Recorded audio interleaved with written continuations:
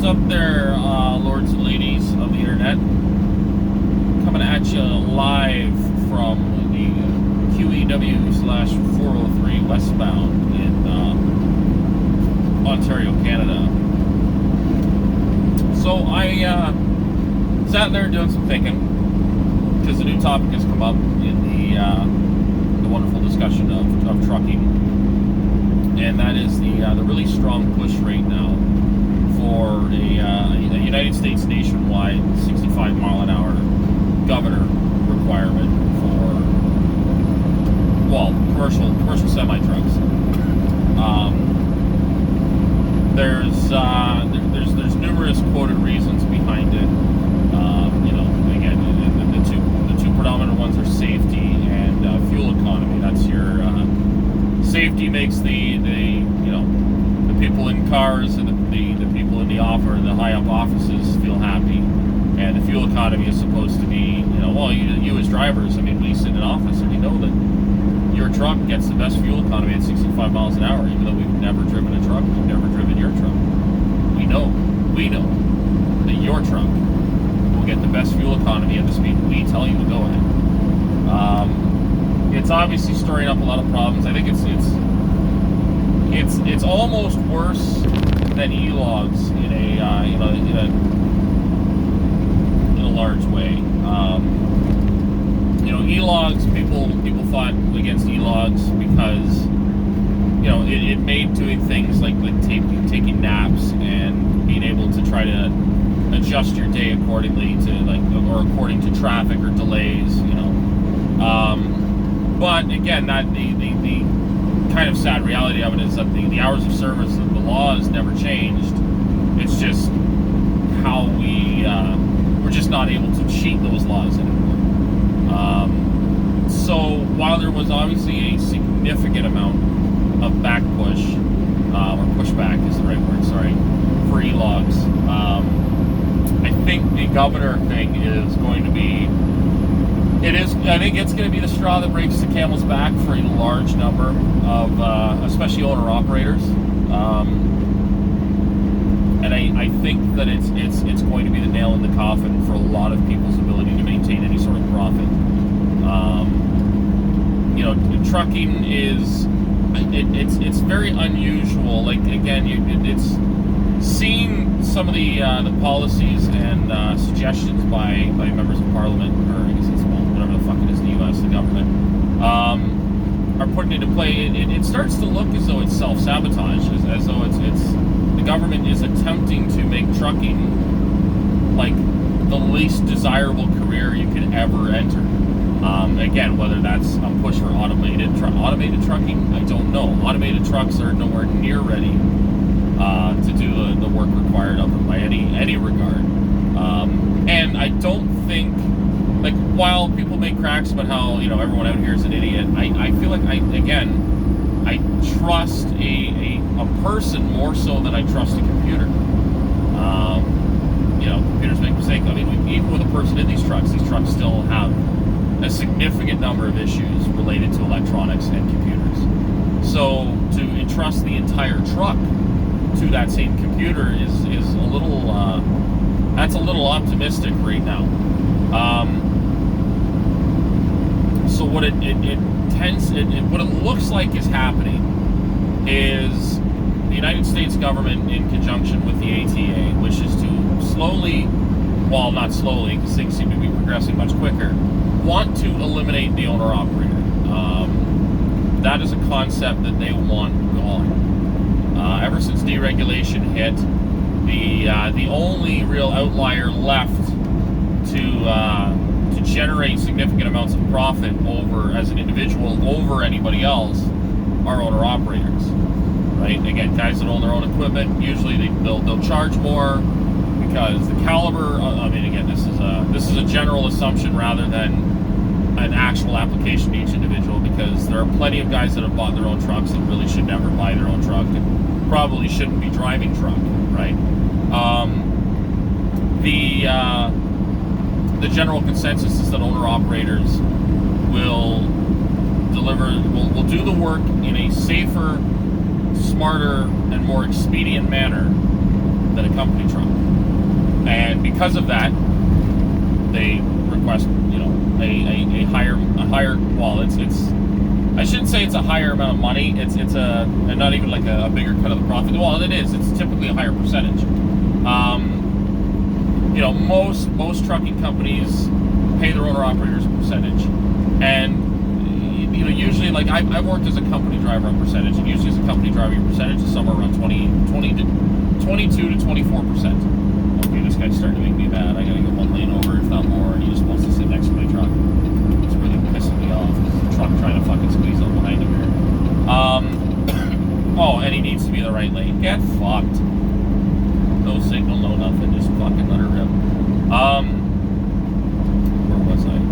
We like, as an owner operator, I typically make 75 to 80% of what the load pays versus the 20 to 25% that a company driver makes. So that's kind of your easiest way to surmise the difference between a company driver and owner operator is it's a 25-75 split, and who gets the 75 is dependent on who's the company driver and who's the owner operator. So as such, and again, this isn't even applying to people that completely have their own authority, their own trailers, all of that nonsense. Now we're still a little ways away. So the right lane peels off to go to get back to the 401, where I think the left 2 or the left 3 lanes stay left to go to the QEW towards Niagara. I don't typically tick around this at night. The guy behind me is breaking the law, and he really wants me to get out of his way. And I kind of don't want to because, well, I don't want to miss my exit and go and sit there two left lane, 2 closed lanes on the 403 because I'm not taking the 403. Yeah, okay, so the lane to the right of me.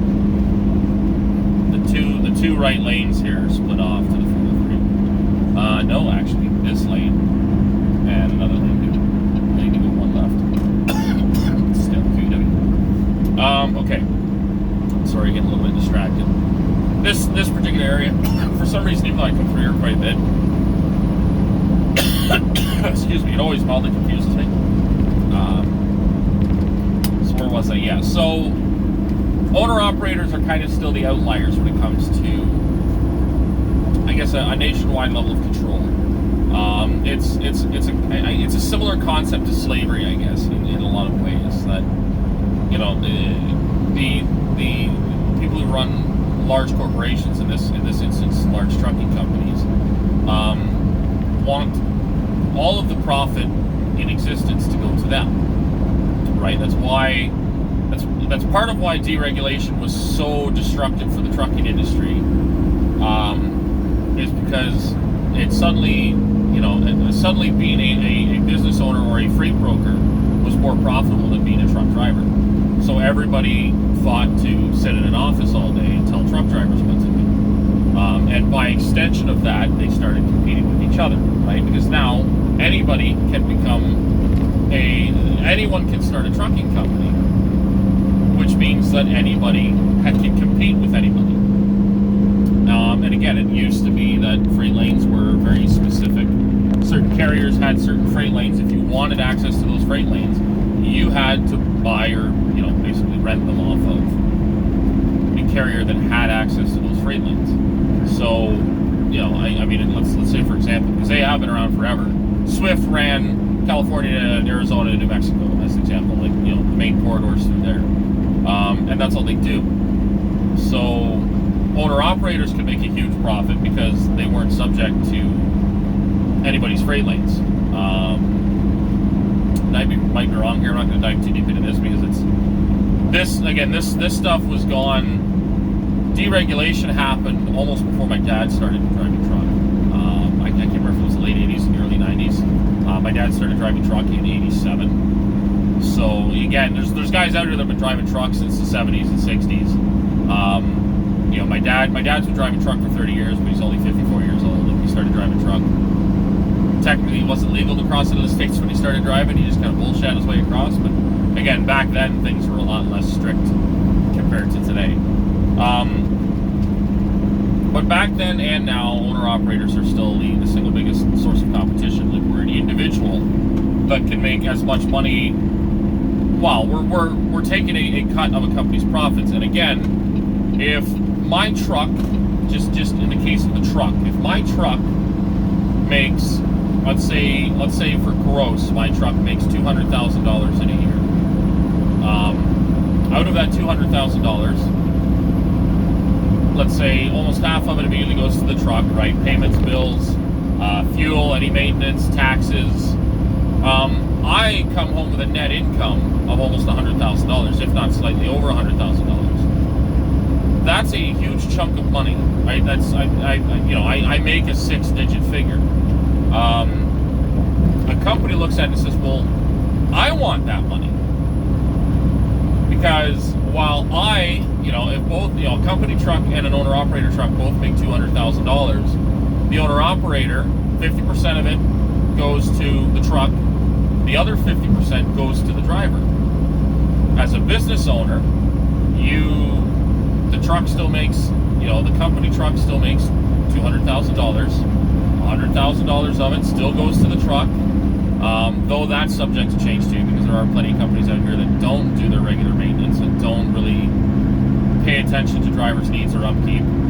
So, but for the sake of an argument, the net profit is still $100,000. Well, now the company takes 50% of that.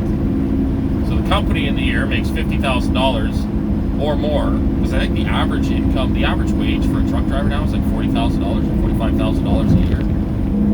It's not very good, right? So they take 50 to 60% of that profit, and then the driver gets the rest. So even though they get a smaller cut of the profit over an owner-operator, they are still getting the majority share of the profit from a load being delivered, right? So obviously they would like every truck driver to be only making 20 to 40% of the income that the truck makes, and the company makes the rest, right? Because why should that guy make 50% of the truck's income when I could pay him 20% of the truck's income and I get the other 80%, right? That's generally the logic behind large-scale trucking companies, right? Is a single owner-operator truck might be able to generate more profit for the driver or for the business owner of that truck in a year because I get a higher percentage of it. But as a company, if you take 60% of every truck's income, so $60,000 a year, but you times that by 30 trucks, like my math is terrible, I'm not even going to try, but that's a shitload of money, right? You times that by 100 trucks, that's $6 million in a year. No, it's got to be more than that. My math sucks. Like I said, my math is terrible. 60,000 times 10 would be, so it's like 60 million or something like that. I'm just exposing myself as a complete idiot. That's great. And again, obviously, that on a large scale like that, the profit is humongous. So companies would obviously much rather have every truck generating them profit versus some trucks not generating anybody with the guy driving the truck profit. So that's where steps have been made or taken to incur or to discourage owner-operators. One of the key complaints from members of the ATA, which is the American Trucking Association, which are, I don't want to just be like dismissive and say they're the bad guys, but they are, again, they represent the large-scale trucking organizations. They have nothing to do with the individuals and the independents or even the smaller companies. The OOIDA, the owner-operators, I can't remember the acronym. The OOIDA is the owner-operators end of things. The ATA, one of their main complaints, or one of their main reasons that they stated they wanted e-logs, was it puts everyone on a level playing field. Well, if everybody has to run the same hours, everybody's equal, it's fair. The problem is then a single truck can't generate the same profit as a company, right? Because now, well, if I will do the load for $5,000, but now for my $5,000, the load takes the same amount of time it's going to take, Swift, who will do it for $3,000. Now companies are going to go for Swift because they're not getting any sort of benefit by going with the owner-operator. Typically our biggest benefit was speed, or not speed, but the timeliness, the ability to be more punctual than a lot of company trucks. Werner was a good example. Like they're very pro e-log. Oh, ditch the paper logs, come work for Werner. Werner was made to run e-logs before before e-logs were invented. Their safety rating was so bad. They were told by their insurance they need to run e-logs, or it wasn't even their insurance. I think it was the fucking Ministry of Transportation. They were told Department of Transportation in the U.S. They were told you either fucking figure out a way to have e-logs or you're pulling your fucking CVOR. You're not allowed to drive truck. You're not allowed to operate a business anymore. So, they've been pushing for e-logs for everybody for years because it was a huge business hit for them. Everybody else could do whatever the fuck they wanted, and they couldn't. So again, it's the same thing when it comes to speed limiters. The majority, not all, but the majority of large fleets are running governed trucks, and they're anywhere from 62 to around 70 miles an hour. I think Swift is up to 67. They were at 65 for the longest time.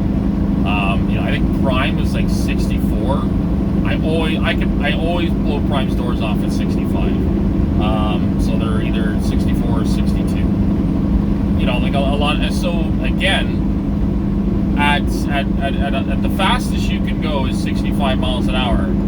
That means that the best you can manage in a day is again, you're 11 hours, but you're 650 plus 65, so you're 715. Yeah. See, the absolute best you can do in a day, and that is your full bore 65 miles an hour the second you're on drive time, and you don't ever fucking slow down. You somehow come to a dead stop and you're off duty, right? Is 715 miles in a day. So now you've capped your profit. You've capped the driver's earning potential. And again, if you're making 30 cents or 50 cents a mile, let's say, then you're now making 50% of that, so you're around $350 a day. I make over $1,000 a day doing this.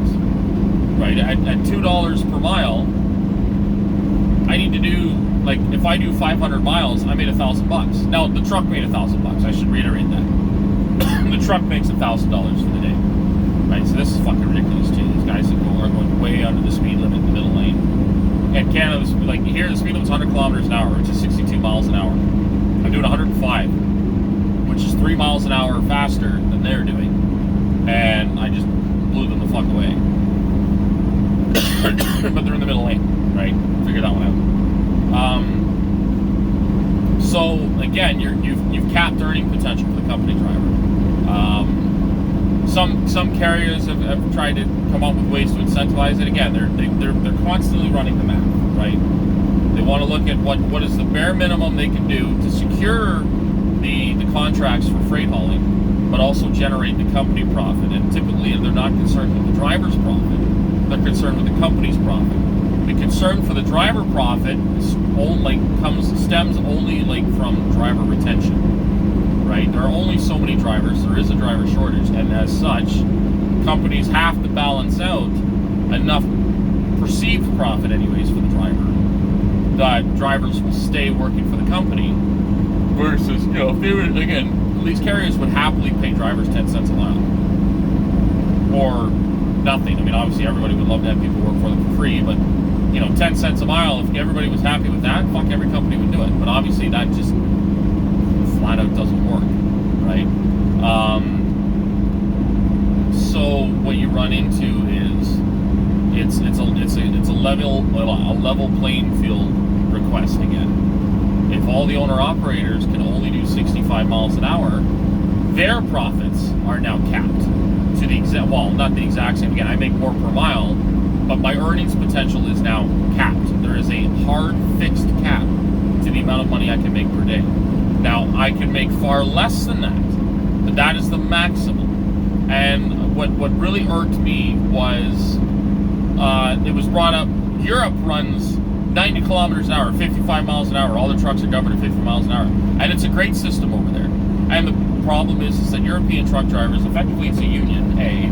B, their owner-operators almost completely don't exist. They do exist, but they're very rare. I've got several friends both in the UK and on the continent, and they've all said the same thing. Like, the guys that are owner-operators, they're owner-operators because they bought American trucks and brought them over. So they occasionally do a load in their American truck. But the truck's bought and paid for, and they don't, like, they have a company truck that they drive.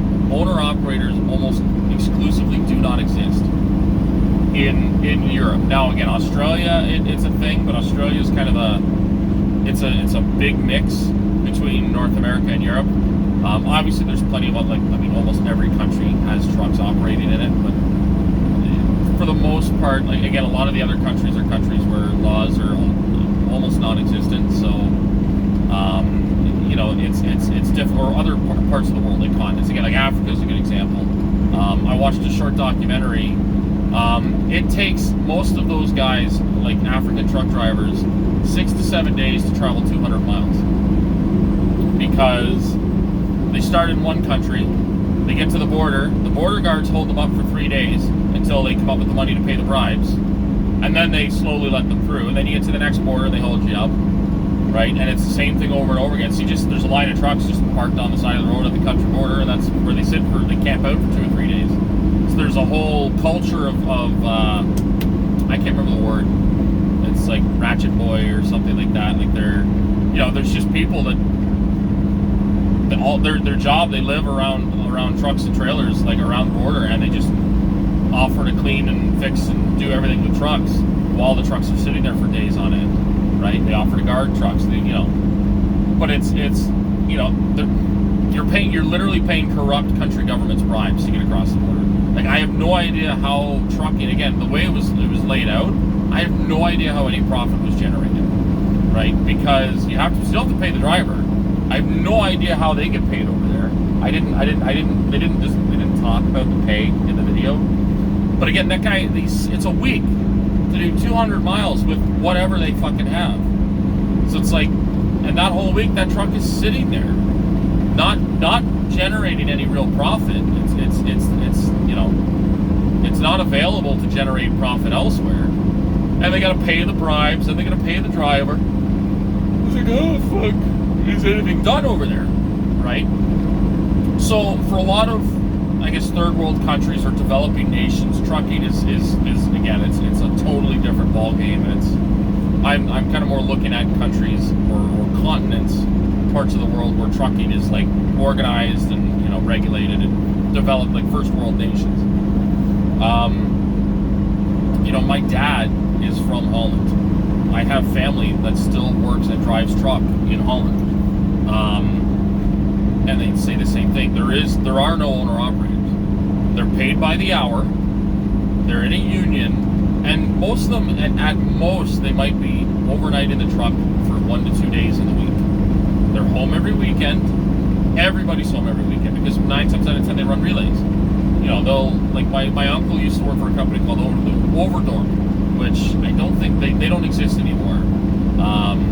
But when they did, like, he would load in Amsterdam or IJmuiden, which is where he lived, and he'd run, to say, like, the far side of Germany. So the border with Germany, and I can't remember what fucking country's on the east end of Germany. And then he'd drop the trailer, switch with another guy coming back, like almost how like FedEx and a lot of the mail carriers and stuff do it in North America is how they do it, is you run relays. So you run out to the east end of Germany, well, that took you 10 hours. Well, you take a nap, you go on the next morning, you drive home, you spend the next night at home, right? Then you go out again, maybe this time you go to the south end of Germany, or the south end of Holland, or just into France or whatever, so it only takes you 4 or 5 hours. So then you come back. So you still made your 10 hours for the day. You're just home the same night, right? So, again, part of it is because Europe is smaller in terms of countries and stuff like that than North America, right? The whole country of Holland is much bigger than the entire, like, metropolitan, like, GTA area. So again, obviously, it's what was I going to say? There's that as a factor. right? Again, if you go to Australia, the distances are huge again, and guys spend the entire week in their trucks. Australia is going through a lot of tough issues with trucking too. I've got some friends that drive truck in Australia, and they're the same thing. They're fighting with speed limiters. They're fighting with there's cameras placed throughout all of the highways in Australia that photograph trucks and photograph the plates, so that they can, like the Australian version of the DOT can place you at any point at any time. So again, it's very difficult to flub your logs because, well, it says you were at this spot 4 hours ago, but you're making it look like on this logbook you were there fucking 2 hours ago. Well, no, you weren't. You're going, here's your fucking ticket. So they're in a not in a bad way, but they're having a tough time of it too. But the issue is they're stating, the North American DOT is looking at, well, Europe runs 90 or 55 miles an hour just fine. The reason it works again is twofold. It's what I just described. Right? The drivers are paid by the hour. The drivers have fixed runs. The distance isn't as far. And what else? They're almost unionized. So drivers are fairly well compensated and fairly well covered. Trucking is still trucking in Europe at this point is like trucking used to be here in North America, where guys still wore like a shirt and tie, like a uniform, and you looked professional, you behaved professional, right? I mean, there's still lots of guys over there that drive like shit too. Don't get me wrong, but for the most of Western Europe, the old kind of professionalism mindset still wins out. Still holds sway. So over here, they want to implement a 65 mile an hour speed limit because that's what works in Europe, but they do not want to adopt the rest of the ideals or the ideas from Europe, right? They don't want to. Companies definitely do not want to implement an hourly pay, because even though, again, that also means that there's a fixed amount of money you can make per hour, right, or per day. Not all of that money you're making is for driving, because as it stands right now, most drivers do not get paid for any work they do that does not involve the wheels on the truck turning, right? Most guys, they get paid, like, some companies offer you like a fixed pay for loading or unloading. I mean, where I used to haul glass, I got 80 or $100 to load and unload. That wasn't bad. A lot of these places are, you don't get, like when I worked in Scotland, I didn't get anything. I didn't get paid waiting time. I didn't get paid to load or unload. So I'm there on my dime, effectively. So the only way you were making money is to run your miles, and that's why I ended up leaving Scotland, because the e-logs became mandatory, and you couldn't get the same number of miles in a day that you could previously. And again, it was never about trying to get 800-900 miles in a day. I don't want to work that hard. I think 90% of truck drivers out there do not want to run that hard, but we want to run smart. So implementing these technologies it's effectively a blanket technology for a very small problem. There are guys that have massively violated their laws. There's guys that massively violate the speed limit, but the number of guys that do that are insignificant compared to the number of people who either abide by the law, especially in the context of the speed limit, or again they adjust their logs. A, they're never caught. B, when they do it, it's to make work easier or more effective for them. Again, I would massively rather sleep through rush hour traffic in Atlanta and then go through at night when I've had a nap, I'm rested, and make it look like I could legally do it, than have to go through Atlanta in rush hour traffic, right? And again, for anybody that's never been through Atlanta, like it's fucking notorious for being just a fucking zoo. Guy's got his fucking high beams on. Fucking idiots coming up all this shit. Where was I? So it was the same. They cited people that took speed or uppers of any kind and then ran way 2 days straight. And guys have done that, and that's, again, unfortunately, it doesn't matter what you do anything in life, especially when there's a large number of people doing that thing, people will find ways to break the rules. Right? I mean, it's no different than you go to a fucking any sort of concert where, you know, weed is strictly prohibited, and well, before it was legalized, you know, across most of North America, guys were still smoking weed, right? Guys were still breaking the law. So, what's the solution? Put a blanket ban, like everyone has to be strip searched, right? Like, there's obviously you can't do that. So the unfortunate reality is you try to target the individuals, you try to find them, and that's all you can do. Right? Or do they say the first time any of the security smells weed, they close the concert down and kick everybody out? Like, that's, you know, somebody, again, I mean, this might be a hot button topic because it is a big deal in the U.S. right now. But, you know, the concept of gun crime. Obviously, they're you know, groups are taking strides or attempting to put a blanket ban on firearms or, you know, add significant controls to the ability to own and operate firearms. But as it stands, like, somebody shoots somebody, they don't just blanket ban all firearms immediately, right? And obviously, again, I've had a whole discussion on the AR-15 and why I think it's stupid that they're trying to get rid of it, because it's no fucking different than any other 5.56 firearm that, you know, has a similar, like most of them have a similar muzzle velocity. It's around 2,700 feet per second. So, or 20, I think it's 2,950, something like that, right? And most 5.56 is typically, really, no matter what the weapon is that fires it, I mean, if it's got a similar barrel length and the powder is the same, it's going to fire roughly the same velocity out of any gun. Just because an AR-15 looks like an army gun doesn't make it any better or worse at killing people than, say, a Ruger Mini 14, right? But, you know, a truck driver gets a speeding ticket, or a truck driver has a speeding-related accident. Let's blanket ban, you know, let's punish everybody for the actions of a few. And again, it was the reason everyone, the companies latched onto it is, like I said before, it was a way for a lot of these companies that are already, whether through choice or mandates by the government, running at 65 miles an hour or slower. It was they latched onto it because now everybody was going to be in their situation, so everybody would be just as terrible at making deliveries on time. So then all the freight rates would basically balance out. You can just, everybody's going to get in there on time, so you just pick who you like the most or who has the prettiest truck or whatever.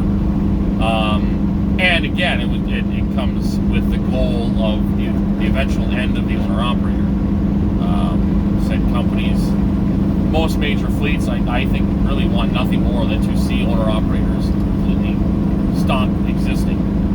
Because, like I said, we are the last group of people, not that are, we're generating profit that's not going to them, right? And again, everybody looks at somebody else's pocket and says, well, I want your money. Give me your money. I want what you have. I want what he's having. You know, I want what she's having. Like, it's always, everybody wants everyone else's slice of cake, right? And that's, I mean, I guess it's human nature, but it's despicable nature, and it's pretty pathetic. I don't go around trying to take other people's hard-earned money or take their jobs or steal their runs or undercut people. Like, you know, I mean, again, I'm not in a situation where I do bids, but I get paid what I get paid per mile. I get paid what I get paid per percentage in companies or per hour or whatever. And, you know, if I don't like it, I go to another company that offers me a better deal. I don't know, undercut them and then try to save money elsewhere, right? By skipping my maintenance or, you know, again, with this truck, I'm never going to save on fuel economy or anything with this fucking thing, you know.